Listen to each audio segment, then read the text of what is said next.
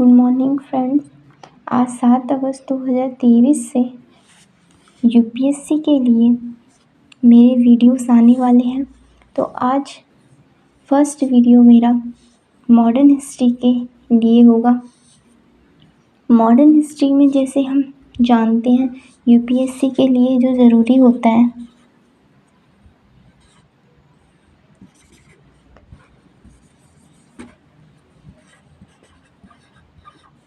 UPSC के लिए modern history में जो ज़रूरी होता है वो होता है कि हम किस टाइप से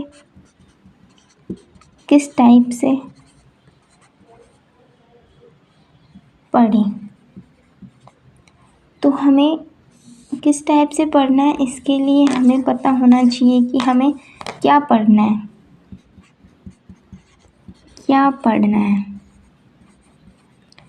तो क्या पढ़ना है, इसके लिए हमें सिलेबस का पता होना चाहिए। तो जैसे जैसे हम सब्जेक्ट लेंगे एक एक करके, तो उससे पहले हम अपना सिलेबस देखेंगे कि हमें क्या पढ़ना है। ये वीडियो जो होगा प्री प्लस मेंस का होगा। सारे टॉपिक्स मतलब बेसिक से कवर किए जाएंगे, तो प्री प्लस मेंस का होगा। ऐसा नहीं है कि इसमें प्री का अलग पढ़ाऊँ मैं और मेंस का अलग होगा। प्री प्लस मेंस इसमें, लेकिन आपको मैं बीच बीच में बताती रहूँगी कि प्री का है, ये मेंस के लिए इम्पोर्टेंट है। तो आज हम मॉडर्न हिस्ट्री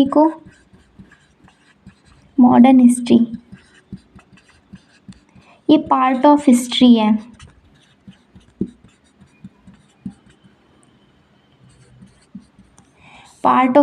है। अर्थात जो मॉडर्न हिस्ट्री है वो आधुनिक इतिहास है। यहाँ पे जो वीडियोस होंगे वो हिंदी मीडियम से रिलेटेड होंगे। अर्थात यहाँ पे जो जितने भी हिंदी मीडियम के स्टूडेंट हैं वो हिंदी मीडियम के प्रॉपर वीडियोस एंड नोट्स बना सकते हैं। मैं पूरे नोट्स इस पेज पर लिखवाऊंगी बोल बोल के, और आपको लिख लेने हैं, जो एक बेनिफिशियल होगा आपके लिए। तो हम जैसे मॉडर्न हिस्ट्री को देखेंगे। मॉडर्न हिस्ट्री क्या होता है? मॉडर्न हिस्ट्री आधुनिक इतिहास, अर्थात आज़ादी हमने कैसे प्राप्त की और आज़ादी से पहले हमने क्या संघर्ष किए, कैसे प्राप्त की और क्या संघर्ष किए। कैसे प्राप्त की वो हम पढ़ेंगे, और क्या क्या संघर्ष किए वो भी हम पढ़ेंगे। इसमें बहुत सारे क्रांतिकारी आंदोलनों को पढ़ना है। उनसे रिलेटेड जो व्यक्ति आप देखेंगे क्रांतिकारी, उनको हम पढ़ेंगे, उनकी जीवनियाँ पढ़ेंगे, और मेन जो भी रहेंगे उनको हम पढ़ेंगे। तो मॉडर्न हिस्ट्री का हम जैसे देख सकते हैं, मॉडर्न हिस्ट्री पहले हम देख लेते हैं कि हमें इसमें क्या क्या पढ़ना है। मतलब टोटल मॉडर्न हिस्ट्री में कितने टॉपिक्स आएंगे। टोटल मॉडर्न हिस्ट्री में जीरो से लेकर एंड तक क्वेश्चन एंड जितने भी टॉपिक्स होंगे वो सारे कवर हो जाएंगे। तो ये जो मैं टॉपिक मॉडर्न हिस्ट्री का सिलेबस ही मान लो। तो जो मैं सिलेबस लिखवा रही हूँ वो एक बार आप लिख लेंगे और नोट कर लेंगे, क्योंकि ये सिलेबस एक ऐसा है कि आप इसको लिखेंगे तो आपको एक माइंड सेट हो जाएगा कि मुझे ये पढ़ना है, और इससे बाहर कुछ नहीं पढ़ना है मॉडर्न हिस्ट्री में, इसमें सब कवर हो जाएगा। तो जैसे हमारा फर्स्ट टॉपिक रहेगा मॉडर्न हिस्ट्री कहाँ से स्टार्ट होती है। मॉडर्न हिस्ट्री क्या होता है कि हम मॉडर्न हिस्ट्री को मतलब मॉडर्न से नहीं पढ़ सकते, आधुनिक से नहीं पढ़ सकते। इसके लिए हमको मिडाइवल हिस्ट्री भी थोड़ी थोड़ी कवर करनी होगी। तो हम थोड़ा मध्य भारत को भी लेके चलेंगे। मध्य भारत से हम आधुनिक भारत की ओर बढ़ेंगे। तो इसमें पहला हम टॉपिक लेंगे भारत में यूरोपीय।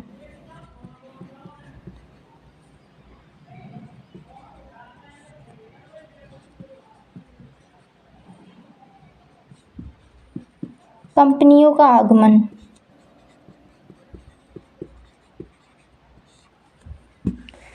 भारत में यूरोपीय कंपनियों का आगमन।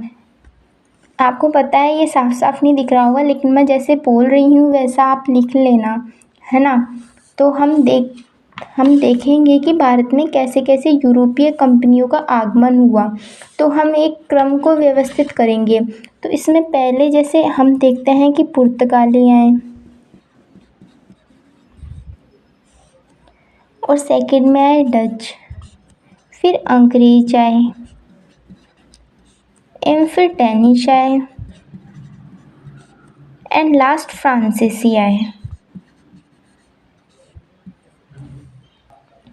नेक्स्ट हम सेकंड नंबर पे देखेंगे कि भारत में ब्रिटिश सत्ता की स्थापना कैसी हुई। अर्थात ये जो कंपनियां आई, ये आई तो लेकिन ये ऐसे ही थोड़ी आ गई। इन्होंने भारत में कुछ ना कुछ ऐसा किया होगा कि इन्होंने अपना स्थायी निवास बना लिया भारत को। तो इसके लिए हम पढ़ेंगे भारत में ब्रिटिश सत्ता की स्थापना। सत्ता की स्थापना,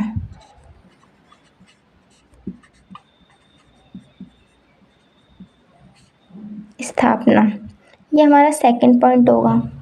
और थर्ड होगा भारत में ब्रिटिश प्रशासनिक व्यवस्था का विकास।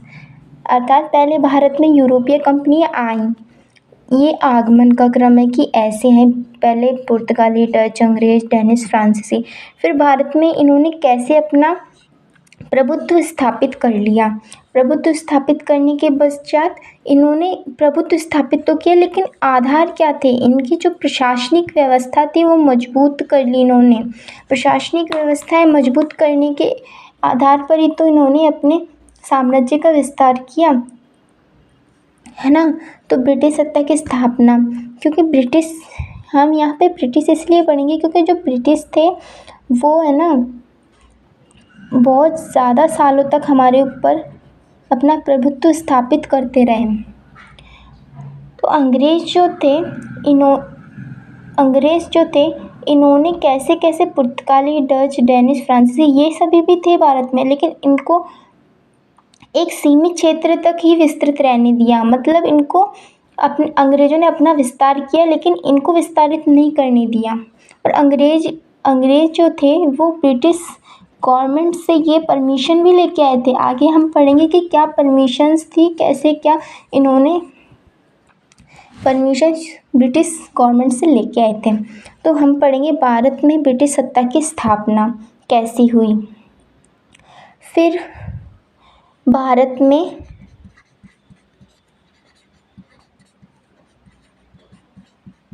ब्रिटिश प्रशासनिक व्यवस्था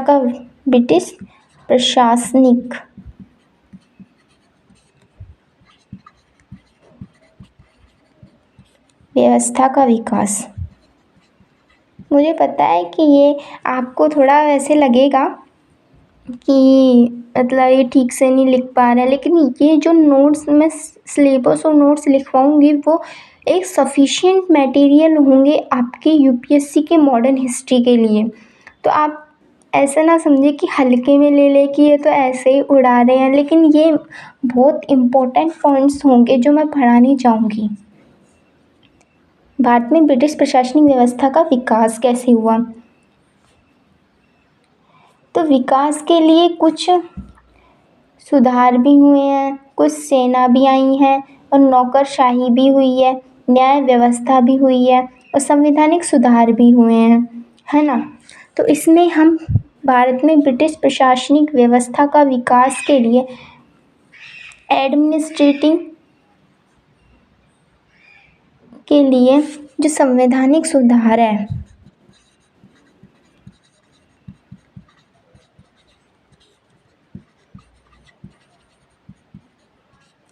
उसको पढ़ेंगे। फिर ब्रिटिश सेना कैसी थी उसको पढ़ेंगे। ये भारत में ब्रिटिश प्रशासनिक व्यवस्था के विकास में ही है। संवैधानिक सुधार कैसे किए उन्होंने, ब्रिटिश सेना कैसी थी, ब्रिटिश सेना के बारे में पढ़ेंगे। न्याय व्यवस्था कैसी थी, ब्रिटिश प्रशासनिक एवं शासन व्यवस्था में न्याय व्यवस्था कैसी थी, राइटिंग दोस्तों धीरे धीरे सुधर जाएगी, आप एक बार लिख लें।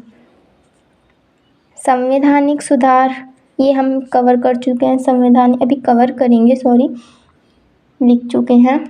तो संवैधानिक सुधार हो गए, ब्रिटिश सेना हो गई, न्याय व्यवस्था हो गई, है ना। तो एक है नौकरशाही, कि कैसे ब्रिटिश काल में नौकरशाही की प्रधानता हो गई थी, नौकरशाही व्यवस्था, है ना। तो ये 3 टॉपिक है। भारत में यूरोपीय कंपनियों का आगमन, ये आगमन है, इनको पढ़ेंगे। भारत में ब्रिटिश सत्ता की स्थापना कैसे हुई, इसको पढ़ेंगे।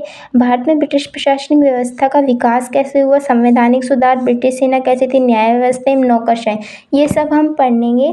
और नेक्स्ट पेज पे हम देखते हैं, 3 पॉइंट हमने कवर कर चुके हैं। तो अब हम 4th पॉइंट देखते हैं। 4th पॉइंट में हम क्या पढ़ेंगे। 4th पॉइंट में हम वो जो मैं लिखा रही हूँ सिलेबस है कि हमें क्या क्या पढ़ना है ना। तो आप इसको प्लीज़ उतार लें अपनी नोटबुक में। तो 4th पॉइंट हम पढ़ेंगे ब्रिटिश काल में आर्थिक नीति और उसका प्रभाव, कि उन्होंने हमारी जो आर्थिक शोषण करके अपनी आर्थिक नीति को जो डेवलप किया था वो कैसे किया था। तो हम पढ़ेंगे ब्रिटिश काल में आर्थिक नीति और उसका प्रभाव, कि उसका प्रभाव कैसे क्या पड़ा हम लोगों के ऊपर। ब्रिटिश काल में जो आर्थिक नीतियाँ, बहुत सारी आर्थिक नीतियाँ ब्रिटिश काल में चलाई गई थी ब्रिटिशियों के द्वारा। तो उनके प्रभाव को हम जानेंगे कि उनके प्रभाव क्या पड़े थे। तो उन्होंने कैसे चलाई थी, कृषि व्यवस्था के ऊपर क्या प्रभाव पड़ा था, है ना, उद्योग के ऊपर, व्यापार प्रणाली,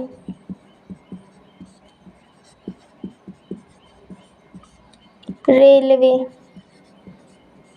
धन का निष्कासन,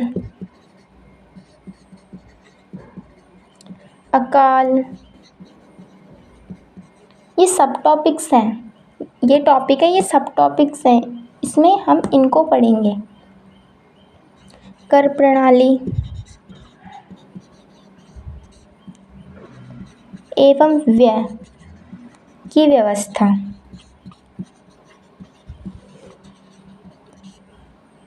व्यय की व्यवस्था, वित्तीय प्रबंधन, आय और व्यय नीति,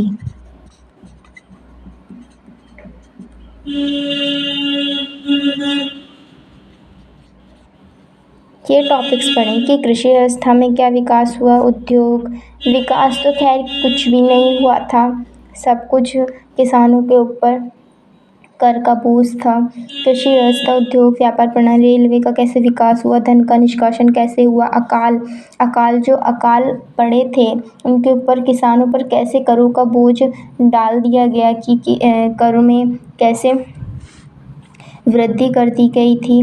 कर प्रणाली एवं व्यय की व्यवस्था, कर प्रणालियाँ कैसे चल रही थी, व्यय की व्यवस्था कैसी थी ब्रिटिश काल में, वित्तीय प्रबंधन, आय और व्यय नीति, ये हम 4th पॉइंट के अंदर पढ़ेंगे। और जैसे कि 5th पॉइंट है वो हम नेक्स्ट पेज में देखते हैं। अब जैसे हम 5th पॉइंट देखेंगे,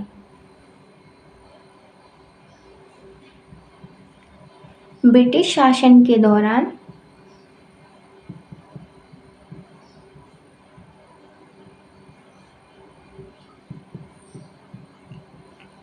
सामाजिक एवं सांस्कृतिक सुधार, सामाजिक एवं सांस्कृतिक सुधार,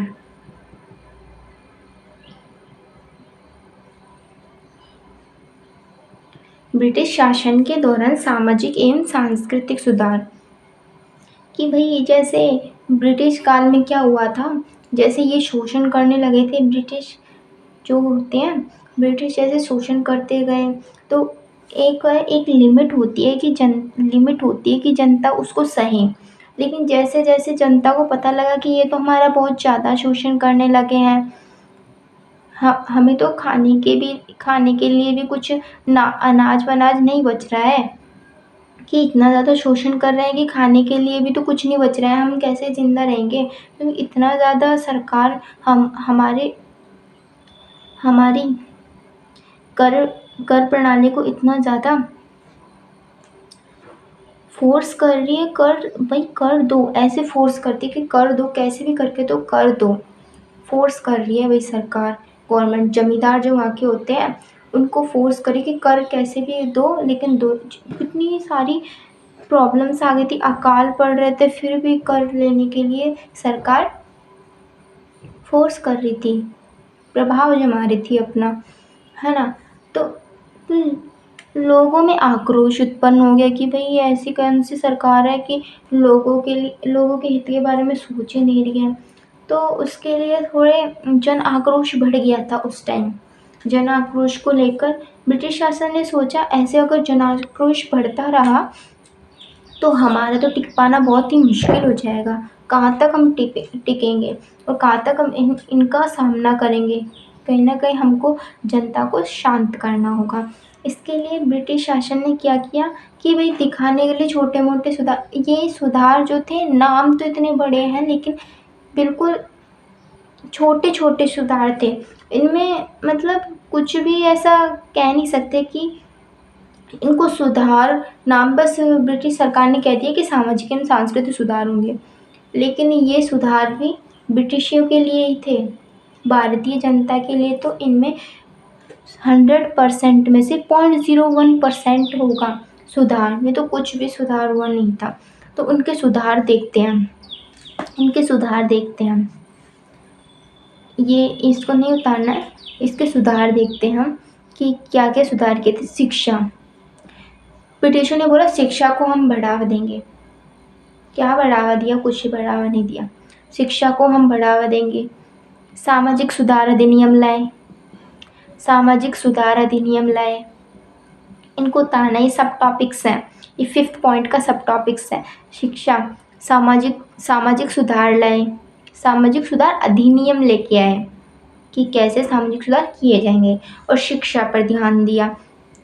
ईसाई धर्म का प्रसार किया, ये तो इनका मेन मकसद था भाई, भारत में इनका प्रभुत्व स्थापित करने का, कि ईसाई धर्म का इतना प्रसार कर देंगे कि हिंदू कम हो जाएंगे। लेकिन ऐसा कुछ हिंदू और मुसलमानों के बीच टकराव इन्होंने ही पैदा किया था। इन्होंने सोचा था कि हम ऐसे तो अपना स्वराज स्थापित नहीं, इन्होंने अपना पूर्ण स्वराज स्थापित कर लिया था, औपनिवेशिक राष्ट्र बना दिया था भारत को, है ना। तो फिर उन्होंने क्या किया, सारे जो भारत की जो भी सामाजिक एकता है, समरसता है, विविधता में एकता है, उसको उन्होंने सोचा कि कैसे न कैसे करके हमें इसे तुड़वाना है ना। तो इन्होंने जैसे ही सामाजिक एकता को अलग अलग किया, फूट डाल दिया कि ये अलग हैं, ये ऐसे हैं, वो ऐसे हैं, ये तुम्हें नहीं समझते, ये तुम्हारे अधीन है। जबकि ये पता नहीं था लोगों के कि ये जो ब्रिटिश है ये अपने अधीन करने के लिए हमें दूसरों के अधीन भड़का रहे हैं हमको, है ना। तो ऐसा था, तो ऐसा कुछ नहीं था। तो ईसाई धर्म के प्रसार के लिए उन्होंने बहुत पापड़ बेले थे, लेकिन फिर भी ईसाई धर्म का प्रसार नहीं हुआ था भारत में। इन्होंने बहुत ऐसे बोलता है कि हमने तो ऐसे ही राज कर लिया था भारत पे, ऐसा कुछ नहीं है। इनको बहुत पापड़ बेलने पड़े थे भारत पे राज करने के लिए। भारत इतना बड़ा राष्ट्र है, ऐसे ही थोड़ी ना हर किसी के हाथ में आ जाएगा। ईसाई धर्म का प्रसार, है ना। सुधार आंदोलन भी हुए। किसके लिए सुधार आंदोलन हुए? अरे भाई इतना शोषण करेंगे, लोगों को दबाएंगे, कर ज़्यादा लेंगे, और सैनिक व्यवस्था में भी खुद को रखेंगे, भारतीयों को नहीं रखेंगे। तो इसके लिए जन आक्रोश हुआ लोगों के अंदर। ये हुआ कि भाई ऐसा क्यों कर रहे हैं ये, हमें भी तो भारत के ही निवासी हैं भाई, भारत में हमको नौकरियां नहीं मिल रही हैं। तो इसके लिए सुधार आंदोलन हुए बहुत सारे। कि हमें भी आना है भारत में, भारत के कार्यों में, है ना। तो इसके लिए सुधार आंदोलन किए। इन बहुत सारी रूढ़ियाँ भी थी जो भारत में जन्म ले चुकी थी, जो चलती आ रही थी, परंपराएं मान लो एक प्रकार की। तो इसके लिए भारतीय जो क्रांतिकारी थे, बहुत बड़े बड़े क्रांतिकारी नहीं कहेंगे हम, सुधारक कहेंगे, समाज सुधारक कहेंगे हम उनको। समाज में जो रूढ़ियाँ उत्पन्न हुई है, परंपराएं चलती आ रही हैं, जिनका कोई ऐसा कुछ महत्व नहीं है, जो एक विख्यात तो नहीं कहेंगे, कुख्यात परंपराएं हैं, तो उनके लिए जैसे राजा राम मोहन राय, राजा राम मोहन राय, राम मोहन राय, राजा राम मोहन राय, है ना, राजा राम मोहन राय ये समाज सुधारक थे, है ना। फिर हम पढ़ेंगे स्वामी दयानंद सरस्वती। सुधार आंदोलन के अंदर हम सुधारकों के परिचय पढ़ेंगे, है ना। स्वामी दयानंद सरस्वती। अब आपको लिखना आता है ना, तो आप ठीक से लिख लेना यार, मुझसे नहीं लिखा जा रहा है ठीक से। स्वामी दयानंद सरस्वती, स्वामी दयानंद सरस्वती। ज्योतिबा फूले,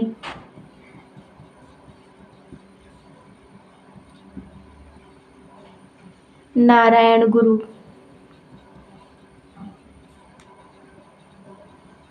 विवेकानंद जी,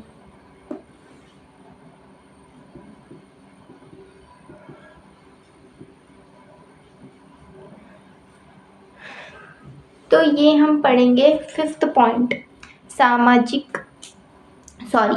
ब्रिटिश शासन के दौरान सामाजिक एवं सांस्कृतिक सुधार, है ना। इसमें हम पढ़ेंगे शिक्षा, सामाजिक सुधार अधिनियम, ईसाई धर्म का प्रसार, सुधार आंदोलन में समाज सुधारकों को पढ़ेंगे, है ना। अब हमारा 6th पॉइंट रहेगा साम्राज्यवादी शासन।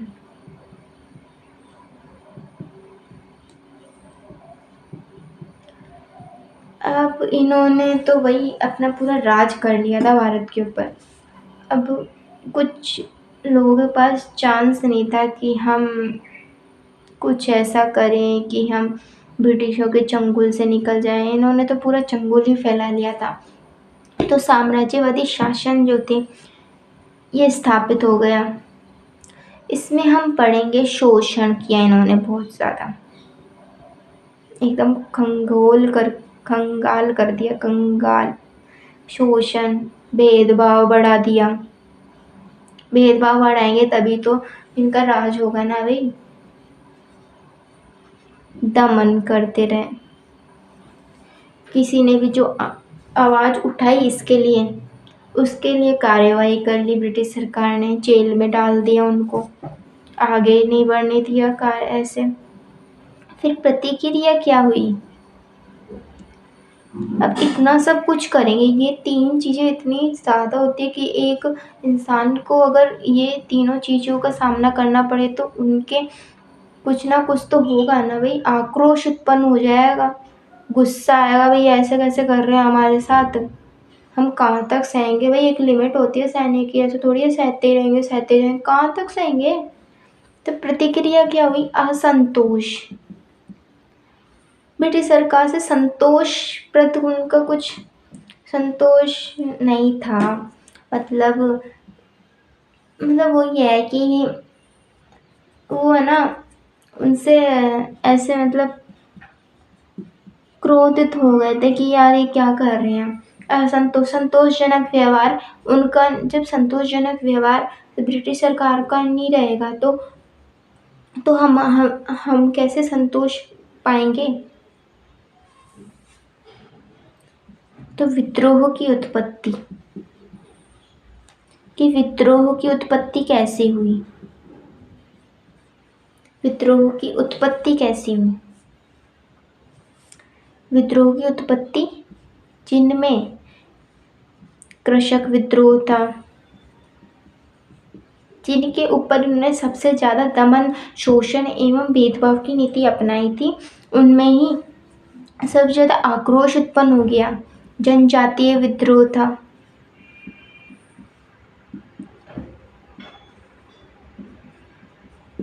1857 का प्रथम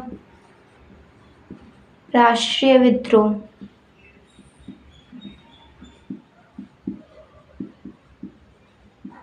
1857 का प्रथम राष्ट्रीय विद्रोह, इसमें इन्होंने सोचा था कि हम थोड़ा, भारतीयों ने सोचा था कि हम थोड़ा सा लड़ेंगे वड़ेंगे तो हमें आज़ादी मिल जाएगी। लेकिन उस टाइम क्या हुआ था, ब्रिटिश सेना बहुत ज़्यादा प्रभावी रूप से, उनका बहुत ज़्यादा विस्तार हो चुका था।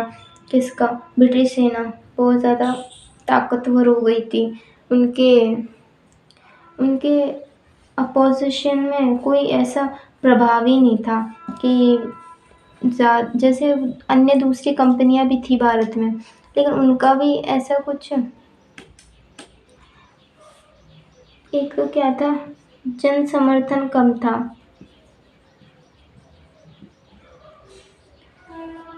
1857 के राष्ट्रीय आंदोलन में जन समर्थन कम था, क्योंकि जो सत्तावादी लोग थे, उन्होंने तो अपनी सत्ता प्रिय थी, वो तो नहीं चाहते थे कि हमारी सत्ता का विघटन हो। इसलिए उन्होंने ऐसा कुछ, जो मध्यम वर्गीय लोग थे उन्होंने भी ऐसा कुछ किया नहीं, क्योंकि वो आराम से अपना जीवन व्यतीत कर रहे थे। उनके ऊपर कोई दबाव भी नहीं था। जन समर्थन नहीं मिला। सत्तावादी मध्यम वर्गीय लोग और जिनको ब्रिटिश सरकार से कुछ मतलब ही नहीं था, उनको तो क्या ही था, बस जो किसान वर्ग थे इनके ऊपर ज़्यादा अत्याचार होता। जनजाति विद्रोह, जनजातियों के ऊपर कर ज़्यादा लग रहा था, जिनके ऊपर कर ज़्यादा लग रहा था ना वही विद्रोह कर रहे थे, और तो कुछ नहीं है। तो सब आराम से रह रहे थे। इसलिए ना जन समर्थन कम होने के कारण 1857 का प्रथम राष्ट्रीय विद्रोह था वो विफल हो गया था। ज़्यादा 1857 में ही आज़ादी मिल जाती है हमको, तो इतना लेट क्यों करते हैं। फिर इसके पश्चात हम क्या पढ़ें, इसके बाद हम पढ़ेंगे 8th नंबर पर 1857 के बाद भारतीय राष्ट्रीय आंदोलन की धारा की शुरुआत।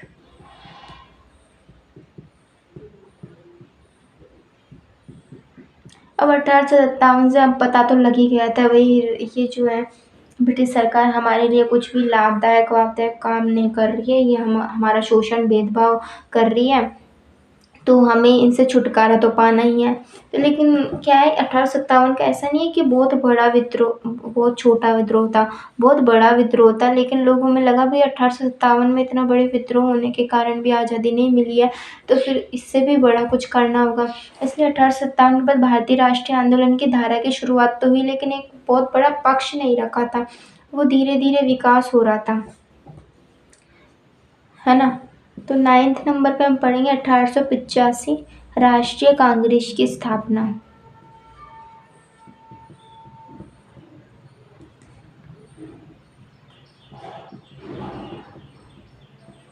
और 10वें नंबर पे हम पढ़ेंगे 1947 भारत को स्वतंत्रता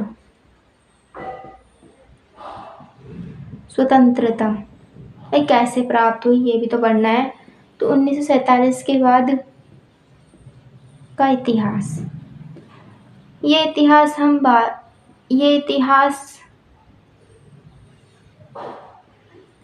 आज़ादी के बाद तो फिर हमारे संविधान निर्माण हो जाता है, फिर ये सब हम पॉलिटी इकोनॉमी चलती रहती है, ऐसे चलती रहती है। फिर हमें 1947 की आज़ादी कैसे प्राप्त हुई, फिर संविधान निर्माण, थोड़ा बहुत संविधान निर्माण के बारे में पढ़ना है, ऐसा पढ़ना है ना। तो देख सकते हैं जैसे कि मैंने एक्सप्लेन किया था, तो ये सब सिलेबस में है, मॉडर्न हिस्ट्री के। अब इसमें क्या है, हम एक एक टॉपिक कवर करेंगे, वन बाय वन एक एक टॉपिक कवर करेंगे, एक एक लेंगे और एक एक ही कवर करेंगे, नहीं दो दो लेंगे, है ना।